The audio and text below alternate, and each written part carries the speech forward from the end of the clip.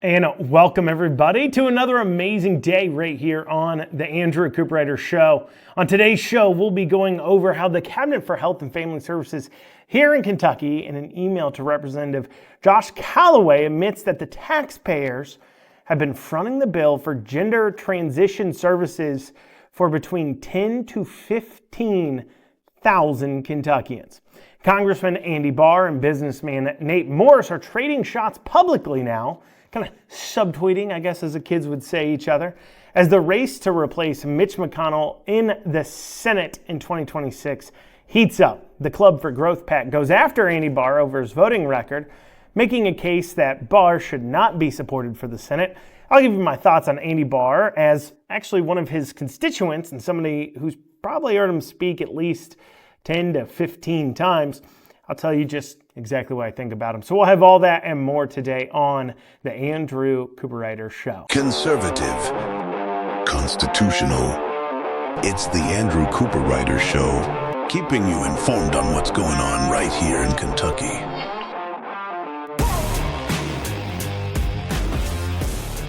Before we dig down into it, though, please make sure you head over to theandrewshow.com.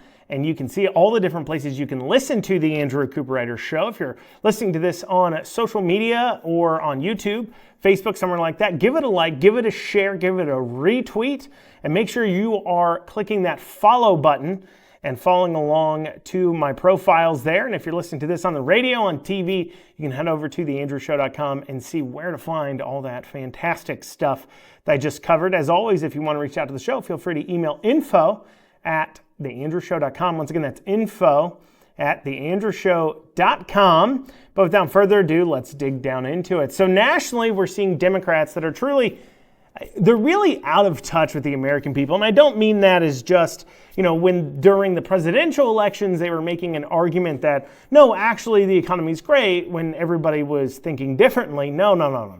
What I mean is they're literally out of touch with what the American citizen thinks, believes, what would be an effective way to message to them. For an example, we see day in and day out, liberals, not just Democrats, because I've now seen quote-unquote Republican senators making posts about this, crying about the fact that some federal government employees are being laid off and how that's really super duper mean and awful, and of course Trump shouldn't be doing that. Which is a dumb talking point if you are a normal person or have ever actually spoke to like a normal person that's not always in DC. If you're a person who, goes out and touches grass occasionally. Why? Well, most Americans have never had a single positive interaction with a government employee. Think about when the average citizen actually interacts with their government. Generally, they're either paying taxes, with the IRS, the DMV, the police if they're getting pulled over, the courts. Even when the government's coming in to quote unquote help you, like in natural disasters like we're experiencing right now with the flooding here in Kentucky, it's generally a negative experience because obviously they have these billions of dollars that they've taxed from us for these things, but yet, there's endless paperwork, lack of communication, hoops you have to endlessly jump through, forms to be filled out. Meanwhile, your life is literally on the line, your livelihood, your ability to survive on the line, and here you are trying to chase down a form. So with that in mind, with people knowing that it's a bureaucratic mess in the federal government, to the average citizen, dealing with the government is very negative. Now, some of you may disagree. You may be a blue-haired crazed leftist who gets their funding for an NGO that rehomes gay Argentinian dogs or something stupid. But if you're a run-of-the-mill citizen, generally speaking, it's well known that government employees suck. Yet liberals in their bubble don't realize this and have been trying to attack Trump's actions that, frankly, most people either agree with or simply have a hard time finding a care about. In this same way, we see liberals who are out of touch, making ridiculous arguments here in Kentucky with some local issues. And this leads me to this truly jaw-dropping email that came from the Kentucky Cabinet for Health and Family Services. To explain why they sent this email, I need to rewind for a second here. So generally speaking, there is a financial report that goes along or is created for almost every single bill, but they're not publicly known necessarily. They're called the fiscal impact statements. And some of them are public, and if they deal with specifically money taxing, those kinds of things are public, but sometimes they're not. These fiscal impact statements are drafted by the Legislative Research Commission, LRC, which is a independent government agency that's essentially ran by the legislature, kind of appropriated by the legislature, but it's almost, the commissioners there and everything else, they're supposed to be independent. And honestly, I'll say this, as hard as it is to get a government group to be independent, to be honest and straightforward, LRC is actually one of the better ones. If you don't believe me, just call in about a bill, try to speak to your legislators by calling in and leaving them a message. Fantastic people that answer that phone. Never be afraid to call in on a piece of legislation you hear me talking about. They're good people. However, Beshear decided he needed to create a political talking point. Now, he couldn't force these fiscal impact statements themselves to be public, so instead he created his own fiscal impact reports on every single bill that he deems is worthwhile to talk about, and he then just goes ahead and posts them on his own website. But they are ridiculous and clearly political. Take, for an example, this bill here, House Bill 16. Now, on his website where he's talking about these fiscal impacts, House Bill 16 would make it optional for local water districts to remove fluoride. Right now, Kentucky has a mandate. Even if federally they remove the mandate or they do something about fluoridation in the water, here in Kentucky, your local water districts would still be forced by state mandate to put fluoride into the water. And House Bill 16 would simply leave it up to those local water districts to make that decision themselves. Now, the Beshear administration has said in their fiscal impact statement they cooked up that this bill would cost Kentucky taxpayers an additional $59.1 million in dental services. It's a pretty big number. And they based that on the conclusion that Medicare would have to pay for one additional cavity a year for 200,000 kids. Now, that seems highly unlikely. First off, how many children are on Medicare and K-CHIP, those kinds of things. According to the federal government, there's only about 1.6, we wish it'd be less, but there's only about 1.6 million Kentuckians on either Medicaid or Medicare. That's according to their own federal government websites. Of those, there's about 800,000-ish on Medicaid, the non, of course, older people insurance from the government, Medicaid. And then on Medicaid, you have to figure only a small percentage of them are kids, not a super small, but a smaller percentage of them are kids. Let's say it's even 50%. That would mean every kid on there is getting a cavity every other year now. That's how they arrived at that $59.1 million. That's a pretty large amount considering that the average American gets less than 4 cavities in their entire lifetime. But the Beshear administration is saying if we take fluoride out of the water, I guess they're saying that somehow children ages 1 through 18 would now suddenly get 8-9 cavities over their childhood. It really doesn't make much sense. But it's clear, if we just look at something like that, how this is being used to forward a political agenda, a talking point for Beshear. And so this leads then to what they said about the fiscal impact of another bill, House Bill 154 from Josh Callaway. And the bill's a very important one that everybody should support. I'm going to go into exactly what the bill said because I think that is important. And I will also go into their reaction to it, what they had to say to it. Truly jaw-dropping as they admit to over 10,000 Kentuckians receiving transitional care, transgender care, transitioning their gender treatments, and in their response to this bill, jaw-dropping stuff. So we'll have all that and more when we come back here on The Andrew Cooperrider Show. If you want to reach out to the show, feel free to email info@theandrewshow.com. We'll be back in a few short minutes. And we're back here on The Andrew Cooperrider Show. Before the break, I was talking about how the Beshear administration started cooking up their own fiscal impact statements for political reasons on bills being proposed by the Kentucky legislature. And in one of those fiscal impact statements that they sent to Representative Josh Callaway, dealt with House Bill 154. Now, I think it's important you understand what the bill does. So let me read parts of that bill to you. Now, any bill you read here in Kentucky, the first section is going to talk about defining terms. So when we say that this bill, which this is what it does, bans the use of taxpayer funds to pay for gender transition services, for people that are receiving taxpayer-funded healthcare, of course, saying, hey, you can't use that anymore. It's important to understand how they defined gender transition services. So at the start of the bill, this is how they define it. They say that gender transition services means surgical, medical, mental health, or pharmaceutical services that are performed for the purpose of altering the appearance of an individual's sex or validating or affirming an individual's perception of the individual's sex, if that appearance or perception is inconsistent with the individual's sex. So that seems pretty straightforward. They're basically defining it as, look, you can provide mental health care services to people who say they're struggling with gender dysmorphia and help them. But what you can't do is take taxpayer funds in order to affirm you in your crazed belief that you are somehow a man who's now become a woman or vice versa. It's pretty straightforward.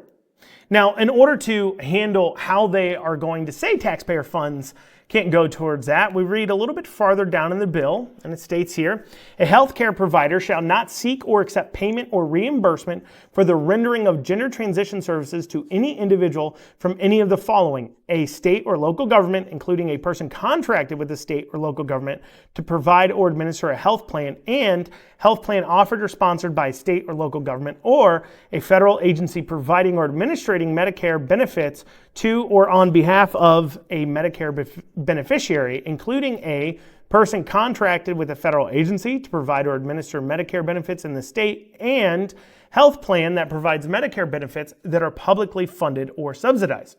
So this is a pretty straightforward bill. It's simply banning the use of taxpayer funds to pay for people's transition services if they want to change their gender. And this is kind of similar to the Hyde Amendment, which of course the lefties try to ignore and get around, and liberals try to ignore it. But the idea behind the Hyde Amendment, when it first came out federally, was it was an amendment that stated that we were not to spend taxpayer funds on abortions. Basically, it recognized that abortion is a touchy political subject, and that people could have religious beliefs against it. They could have personal beliefs against it.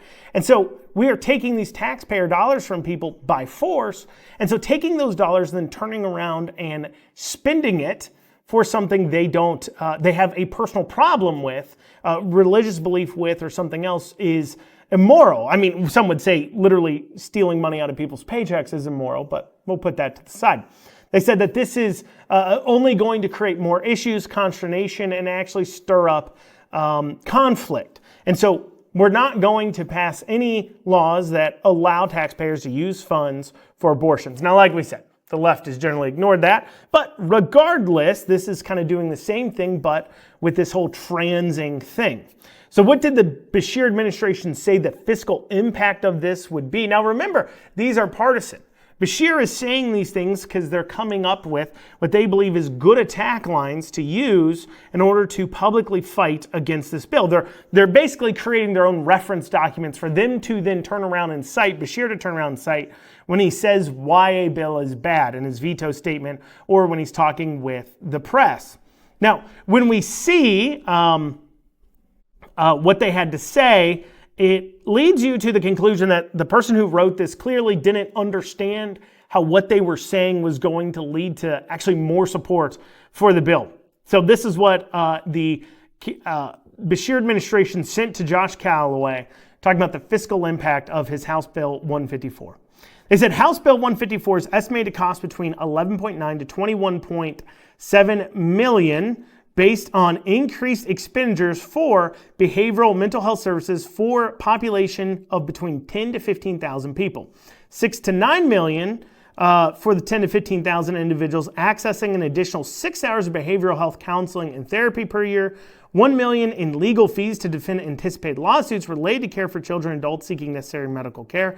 500,000 for an average increase in pharmacy benefits, and 2.6 to 3.9 million for each 5% of children of the above population requiring psychiatric hospitalization for 7 days per year, and 1.8 to 2.8 million for each 5% of adults of the above population requiring psychiatric hospitalization for 7 days per year. Now remember, what the bill was doing was saying you can no longer spend taxpayer funds on gender transition services, and we defined what that was. And so what they just said is that that bill will affect between 10 to 15,000 people. That means the Beshear administration has stated that there is between 10 to 15,000 people on either Medicare or Medicaid or K-CHIP that are receiving gender transition treatments. Therefore, it's now on the taxpayer dime. 10 to 15,000 people that the taxpayers have been footing the bill for to provide them transition services. And they cook that number up because their entire argument here is a argument that the studies, there's not a single study that backs up this claim. See, they grab these numbers because the claim here is that if you don't allow somebody who's a man or a woman to then decide they're a different gender, well, they will now have greater mental health anguish. And their entire argument is based upon this idea that that mental health anguish they're experiencing will result in more mental health care. You follow me here? So they're saying if you don't let them transition, it's cheaper for us to pay for a dude to become a woman than to pay for the therapy that dude needs in order to realize he's a dude. That's the argument they're trying to make. And in doing so, one, nobody believes that. Nobody actually believes the vast majority of Kentuckians do not believe that the actual proper way to handle somebody who thinks they're born into a different gender is to chop off body parts and give them drugs and hormones and all kinds of other things to affirm them. There's literally, the data behind this is scanty at best. I mean, we've heard that torn apart recently in courts, in fact.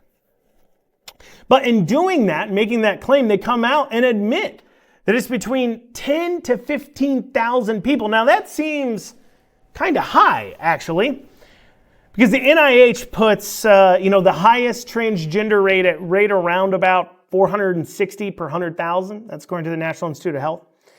Now, according to the federal government's Center for Medicare and Medicaid Services, there's about 1.6 million people on Medicaid or Medicare in Kentucky of that sort. So if 10 to 15,000 people out of 1.6 million are currently being treated and transitioned in Kentucky, using the NIH numbers, that number is almost double. 15,000 is almost double because the per population here at 100,000 would be 7,360, which leads to two questions. Either one, this whole gender dysmorphia, transing, everything has absolutely grown incredibly over the past several years to where we can't even track the rate anymore because it's now more than doubled what the NIH thinks it is.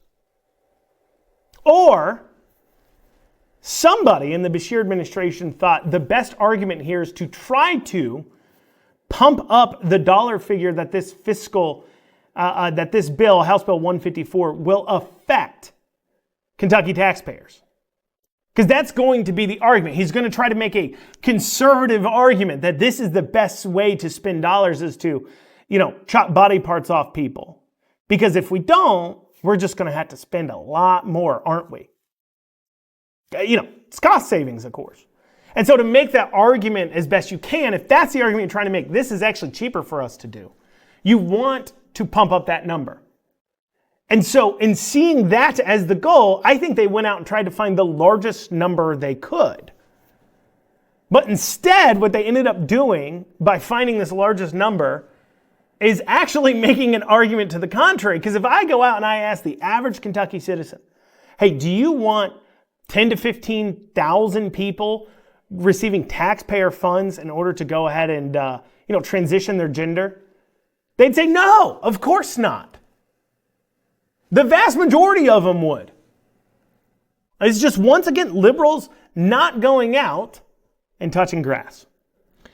Well, the Senate race here going on for 2026 has had a lot of news over the past week. Of course, Mitch McConnell getting up there in age, talking about going ahead and stepping down. Well, he hasn't yet. So this is kind of interesting, right? So McConnell, though he's old and though he's stepped down from his leadership role within the Senate, and though he is voting like somebody who's not running for re-election anytime soon. He does not care what his approval ratings are with his base. He doesn't care about running in a primary. That's clear. Because remember, in Kentucky, we've closed primaries.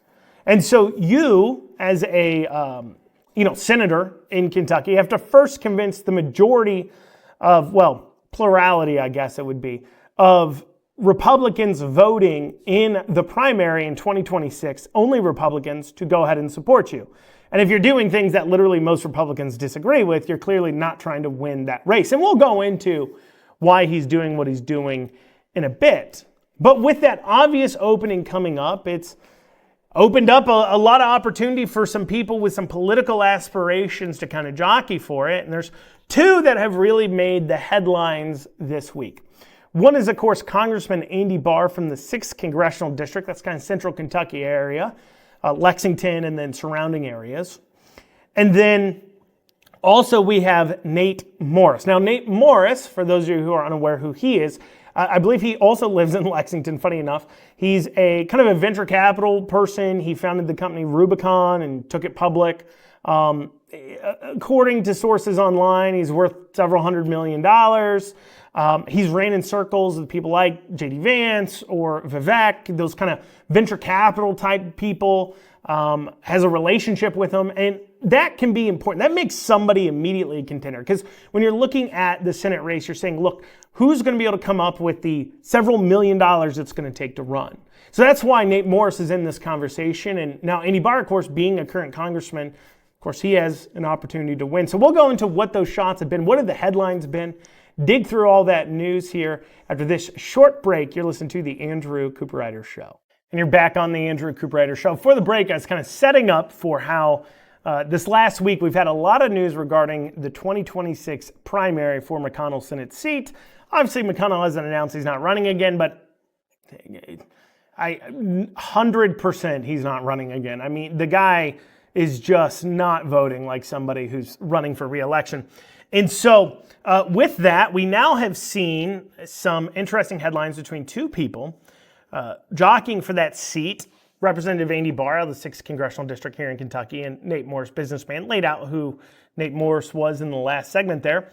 But it kind of kicked off. The news cycle kicked off when we had Andy Barr went on Fox, or didn't go on Fox, sorry. Andy Barr was apparently at some fundraising functions, and he had told people he was ready to run for the U.S. Senate if Mitch McConnell stepped down. And he told a few other people the same thing. In fact, and based upon that information, then news stories started to cycle. And here's one out of, this is from the Herald Leader. Here's something they wrote on it earlier this week. 6th Congressional District Representative Andy Barr, R. Kentucky, has told people that he's ready to run for the U.S. Senate Mitch McConnell's seat in 2026. If the 82-year-old decides to not seek re-election, a widely held assumption among Republicans in Washington and Kentucky, T.J. Littifick, a Kentucky-based political strategist, said Barr told him directly about his desire to pursue the U.S. Senate. He has indicated that to me personally, including most recently at the inauguration, Littifick told the Herald Leader Monday evening, he is strongly inclined to run upon Senate McConnell's retirement, particularly in the light of the fact that he didn't get the House Financial Services Committee chairmanship. McConnell has not explicitly addressed running for another term, but an aide confirmed last March he would not run for re-election to an 8th term in 2026, when he'll be 84. CBS News reported Monday afternoon that Barr told people at a Republican campaign retreat in Florida of his plans. Tyler Staker, a spokesperson for Barr, neither confirmed nor denied the reporting. In a comment to the Herald Leader, Congressman Barr is laser focused on delivering results for the people of Kentucky's 6th District and advancing President Trump's America First agenda, Staker said. Should an opportunity arise to further serve his community, state, and country, he stands ready to do so. So this news cycle early on was clearly something that Barr had planned. He wanted it to go into the news. He wanted people to start to talk about more openly him running for that Senate seat. This is kind of the drip of information. You know, first you start to do things that makes people think you might be positioning yourself to run. Maybe you whisper it in a few people's ears unofficially, tell them not to tell anybody, but you know they will. They take it to the media, so they, of course, looking for content to write about when the biggest races we're going to have here until the next governor's race, of course. They're going to want to write about this. The politicos will. They'll want to pontificate on it.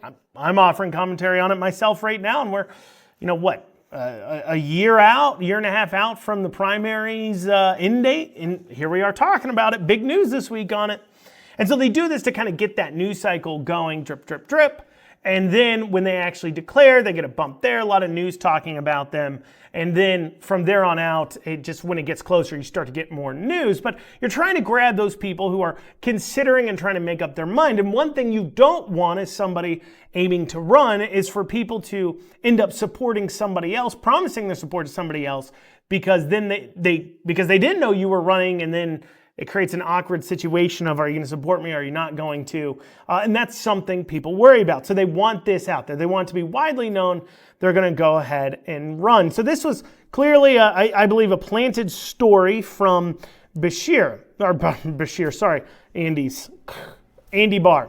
Now, however, it didn't go exactly how Andy Barr wanted it to, because the rumor mill of, well, I'll run when McConnell goes ahead, and when he announces he's not running, I'll announce I'm going to run, created some backlash from individuals saying, McConnell's so awful, why are you waiting for him to say, okay? In fact, another potential contender for the Senate, Nate Morris, businessman, went over that.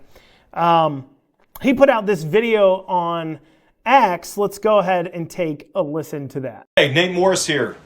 There's been a lot of rumors over the past few weeks about me possibly running for Senate or governor here in Kentucky. I haven't made a decision yet, but I'm seriously looking at it. I think President Trump needs less of these weak career politicians running for office and more outside businessmen who are going to fight for his America First agenda.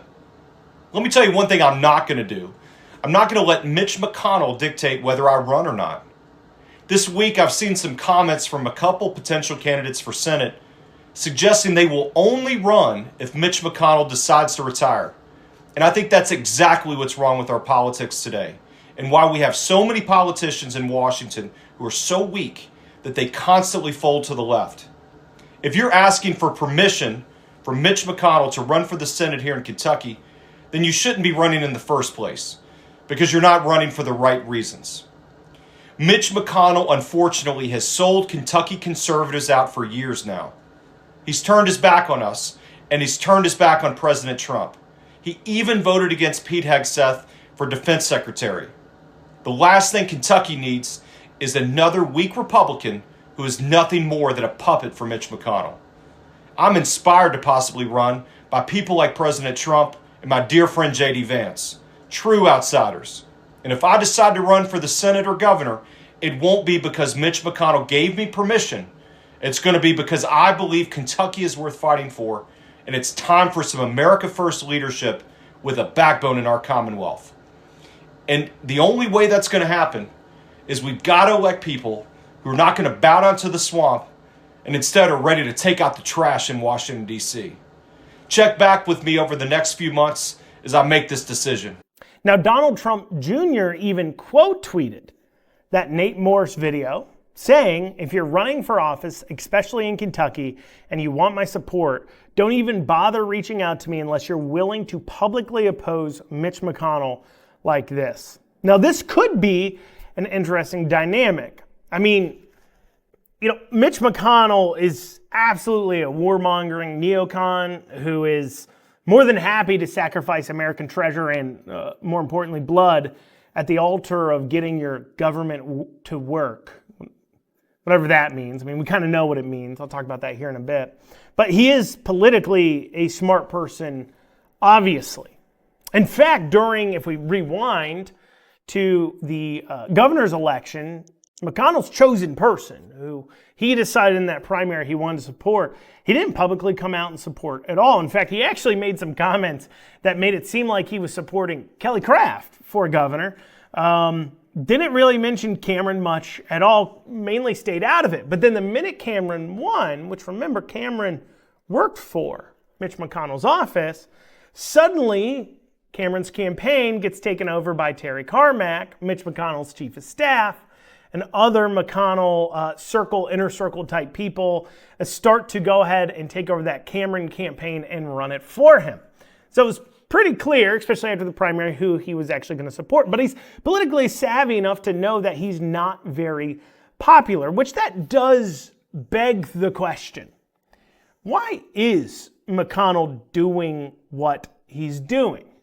Well, it simply comes from this interesting cycle of how one goes ahead and, gets money or not money, sorry, but gets power in politics. It's actually, there's this scene in House of Cards that sums this up pretty nicely. Glendon Hill fronts Sandcorp Industries. Sandcorp is deep into natural gas. I don't give a hoot about natural gas, but I have 67 deputy whips and they all need cash to win races. Sandcorp helps me purchase loyalty, and in return, they expect mine. It's degrading, I know. He chose money over power. In this town, a mistake nearly everyone makes. Money is the McMansion in Sarasota that starts falling apart after 10 years. Power is the old stone building that stands for centuries. See, that in there, power doesn't come from possessing money on Capitol Hill. It comes from controlling politically how it flows and where it goes, buying loyalty of other politicians. That's what McConnell has figured out. But there's something else that Kevin Spacey's character now in House of Cards, who he himself doesn't have a problem being the villain in his own story. However, most politicians can't handle it. And it's that part that explains what McConnell's done of late. We'll be going into that after this short break, and we'll also be digging into, of course, the more news on the Senate races. Attacks already started flying. We'll have that after this short break. And you're back here on the Andrew Cooperrider Show. For the break, I promised that I'd go into why McConnell does what he does real quick, or why he's been doing what he's been doing recently. And it has to do with he's sold out his votes in order to gather money that then leads to political power, because that's what he's been seeking, power. But nobody wants to be the villain in their own story. So politicians will actually twist what they've done to make it to where they were doing it for the good of all, don't you know? And so if McConnell goes along with what Trump's doing right now, it flies in the face of everything he's done his entire career, sending money overseas, worrying about what the defense contractors wanted, the energy companies per se exactly wanted. That's been an issue when it dealt with some things in Kentucky coal. Basically falling in line with what they've wanted him to do, his big donors. However, he can't say I've been doing that because they wanted me to do that. And if he went along with what Trump was doing right now, he would have to be admitting that everything he did was wrong. He's not going to do that. So instead, he's going to defend everything he did because he's the real hero, don't you know? That's why he's been voting the way he's been voting. But he's politically smart. He knows he's toxic with his base. So he's going to largely stay out of it. Now, the question is, who is McConnell's guy then for the Senate race? Which it would seem to be Andy Barr. I mean, Andy Barr coming out and stating that he wouldn't run unless McConnell stepped down was an obvious opening to be able to claim that Andy Barr is McConnell's chosen person. Because if you're not trying to be in good graces of McConnell, you would actually just go ahead and run. That was the argument Nate Morris was making, that Donald Trump Jr. agreed with. So, because he had now a different news cycle, so Barr starts off with a news cycle of I may run, that's the news cycle he wants. That then turns into a news cycle about Nate Morris calling out Andy Barr for kowtowing to McConnell. Barr can't have that, so this created this new news cycle we're in that started here this past week, a few days ago, where he went to Fox News and said he would, this is his first public statement about the Senate race, independent of decisions others make, including Mitch McConnell, he'll decide whether or not he wants to run. This is what he said. He said, it'll be a decision that we make, independent decisions that others make, including Senator McConnell or others who have or will express an interest in running for the Senate in 2026. So this will be a family decision that we make. All I can say is I'm very, very grateful for the outpouring of support, mainly from Kentuckians, but people around the country who want to see strong America First leadership in the U.S. Senate. So he's got to backtrack. He's doing a typical politician. Oops, I did something, I said something. I didn't realize, because this is how out of touch politicians are, right? If I was a consultant, if I decided I was going to sell my soul and go work for somebody that is the type to directly just, hey, I don't care if I want McConnell's support, but I've got to make it seem like I'm not going to be like him. What do I do? What do I say? I would have never advised him to say he's waiting on McConnell to step down. I know that's a bad decision. However, they're in their own bubbles. They don't touch grass, DC elite here.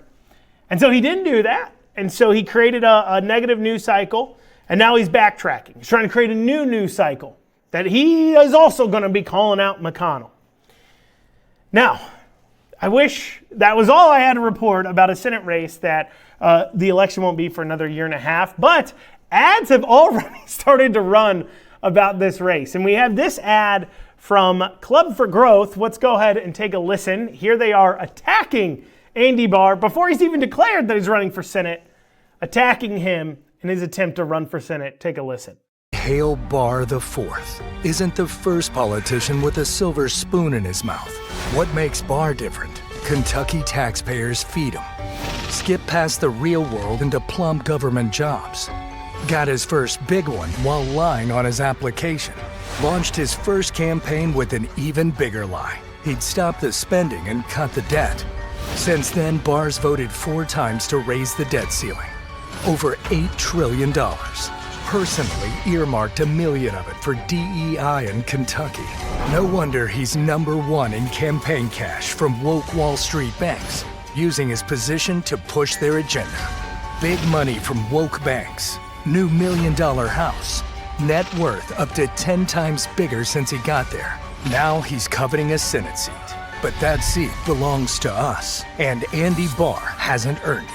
Now, this is a problem for Andy that someone else may not have. He has a voting record, but that voting record isn't very great. There's a lot of attacks you can make on Andy Barr about his voting record. So who is Club for Growth, though? Who's this group that's attacking him? Well, obviously, Club for Growth has somebody in mind they want to support, somebody probably Nate Morris, if I had to guess. And Club for Growth is primarily backed by billionaire Jeff Yass and billionaire Richard Uihlein. And Jeff Yass, by the way, big supporter of Rand Paul's. Actually, Jeff Yass spent millions of dollars in this last governor's election here in Kentucky supporting Cameron against Beshear. What's also kind of a tidbit interesting here is that Yass has priorly mainly used Rex Elsas as his campaign consultant. Rex Elsas, I believe, was the one who operated his PAC activities in Kentucky in 2023. But Rex Elsas is also Andy Barr's main consultant. So it's kind of interesting to see how some of that is going to play out. But that doesn't deal with the question of, is Andy Barr actually good for Kentucky? Is he a good choice? Well, this is what I can tell you. Andy Barr is clearly a political creature. That could be a good thing, that could be a bad thing. It depends on your viewpoint here. I view that as bad. I don't like the direction government's going in a lot of ways. I want to see shakeups. I want to see us get back to where we were, a long time ago as far as it went to size of government. However, you could be somebody who's frustrated with maybe a lack of unity, you would say, in the Republican caucus. Now, granted, they want them to unify around things that go against what many of the more conservative members of Congress and Senate want to do. That's why that unity isn't there.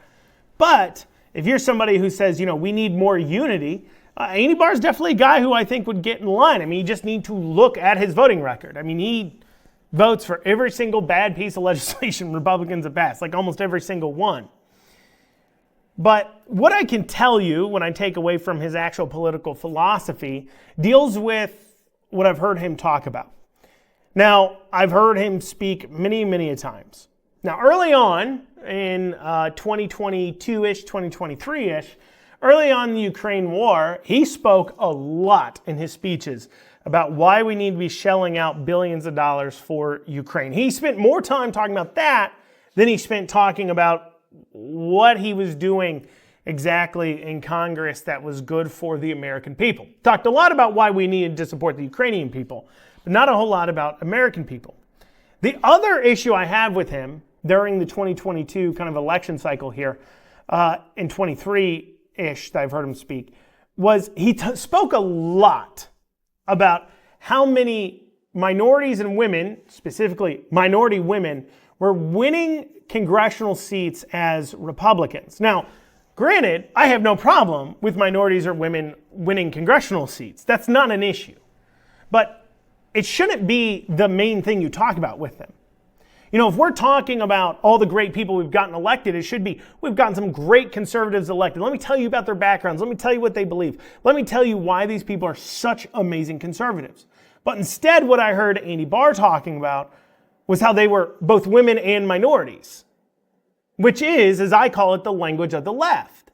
And whenever I hear a Republican speaking what I call the language of the left, I start to get worried when they're using that same terminology. And they're actually buying into their arguments that, oh, for Republicans to win, we need more of this diversity quota. That tells me you're not as ideologically sound as I'd like you to be. And so what I think Andy Barr most likely would do is he'd come in, he'd fall in line. I think his voting record would be probably better than Mitch McConnell's, especially initially, because he wants a long political career.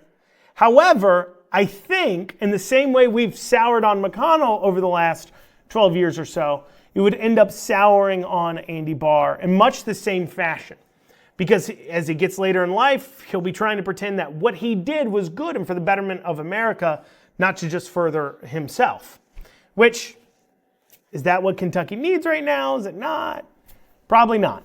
I would say definitely not. Now I say all this, and I know some people may take offense. Obviously, a lot of people I know politically really like Andy Barr, and I'm not saying he's necessarily a bad person just because politically I have issues with him. Now, granted, this is the first time I've even really openly talked about Andy Barr. Despite that, I know he doesn't like me that much. He literally refused to shake my wife's hand one time. Like, I didn't even know he much less knew who I was, regardless knew who my wife was. And then had it in him to snub her. But, you know, hey, whatever. I don't care. I don't hold political grudges for those reasons. I care about what you're going to do for Kentucky, what you're going to do as a conservative. And I just don't feel that solid that Andy Barr will end up following through on being that strong of a conservative. He may talk a big game. I mean, he's very political. You know, he's going to pretend like he's Trump's number one guy. I guarantee it. That's going to be his play. Well, yo, that's what we got time for today here on the Andrew Cooperrider Show. Thank you all so much for joining me. See you back here later this week. I hope you have a great rest of your day.